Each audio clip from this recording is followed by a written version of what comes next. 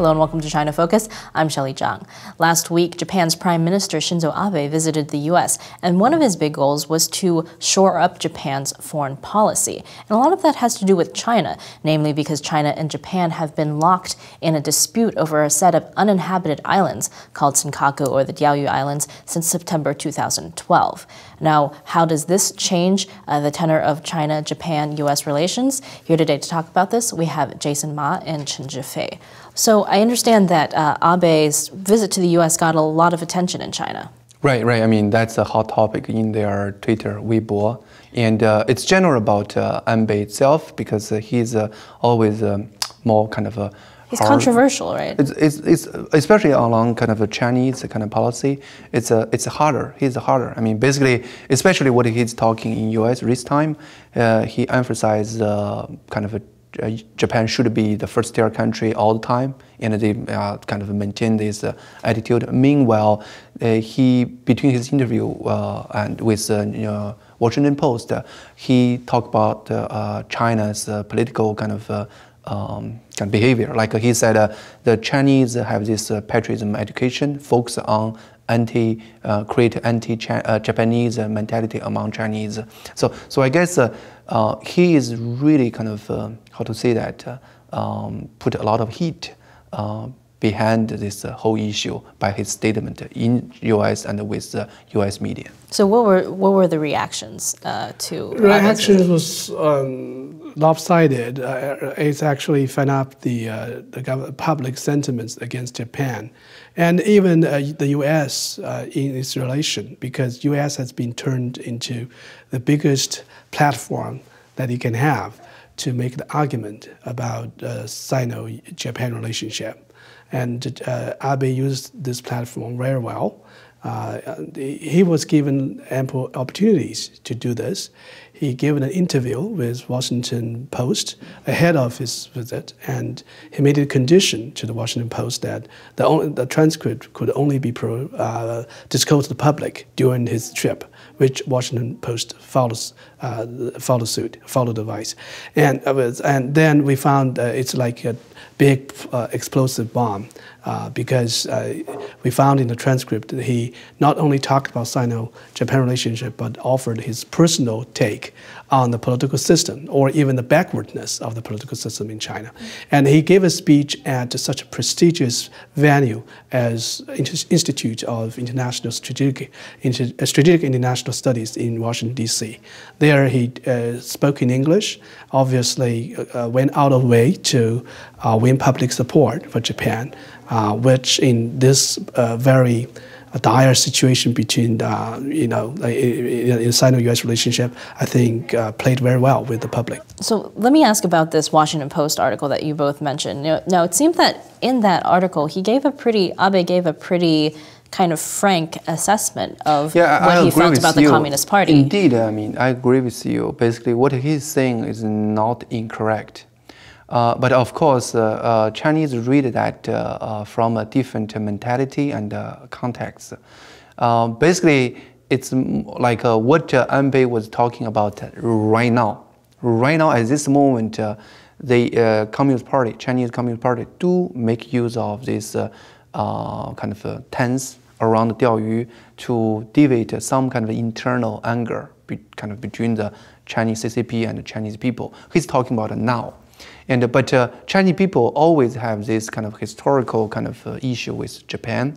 And so when Abe is saying this, Chinese bring up all this historical kind of mentality or kind of anger. He's saying basically that the Communist Party is educating Chinese people to be anti-Japanese. And also kind of what kind of Chinese is saying like it's not kind of we were educated in that way. It's a historical fact. I mean, basically, although it's, I mean, for Abe, it's true. Like Chinese CCP is kind of use this as a tool, but in this particular case, probably the historical kind of fact presented to China, Chinese people was not. So the Chinese people say you can't ignore World War II. You did invade us. Like I think basically what I was saying is something you can describe as people don't hate the message, people hate the messenger. And what he said is all well-known facts. What he said is okay, the Chinese is communist regime, so equality or egalitarianism should be the center tenet of their principal system.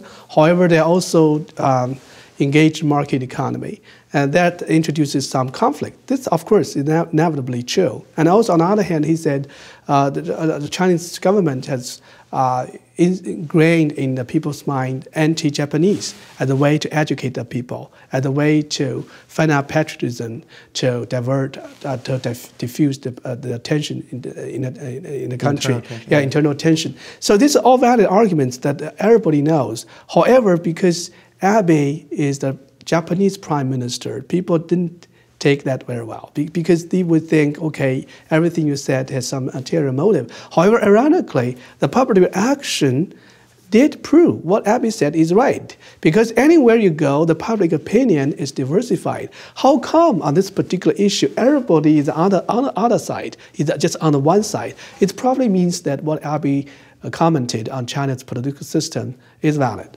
Yeah, but I think right now, its major thing is about he's talking about in U.S. Indeed, Chinese pay a lot of attention to U.S.'s response, and why U.S. is such important platform and kind of platform to say it is about it's a show. Basically, U.S. reaction is the key to both countries, and China indeed the Weibo is a celebrate in some sense, saying like Obama.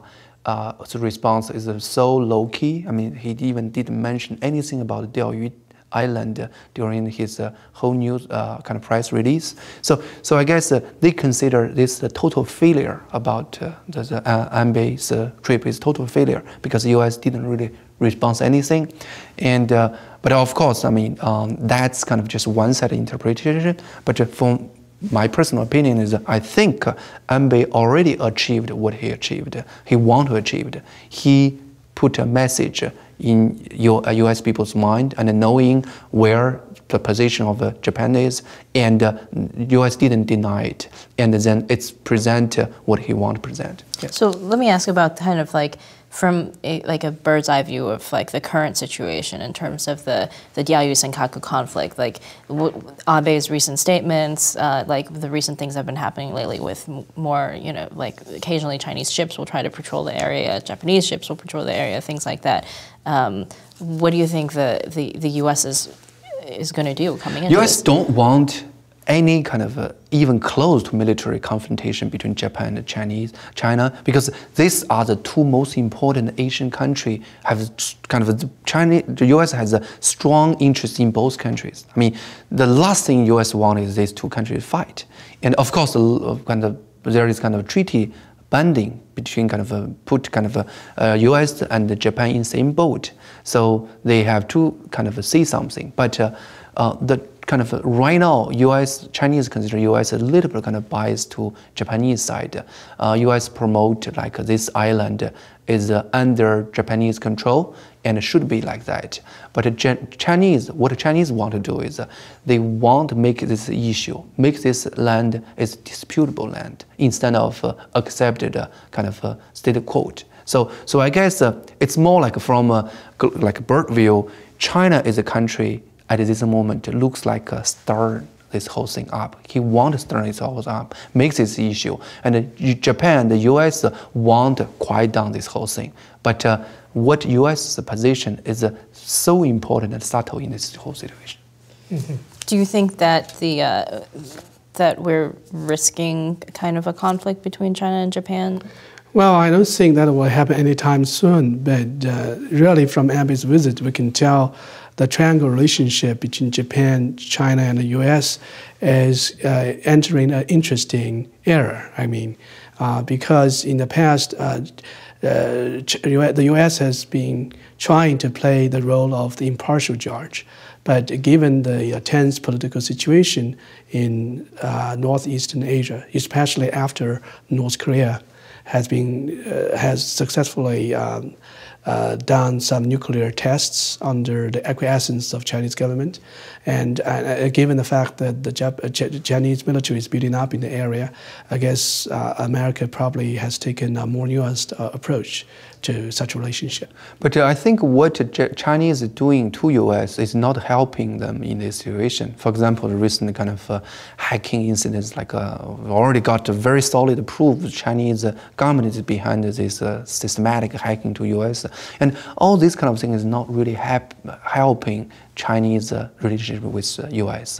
Basically, they are creating this kind of potential, like put them as a threat to U.S. national security and kind of Pacific interest, so Asian Pacific interest. So in this sense, it's somewhat what the Chinese is doing is pushing U.S.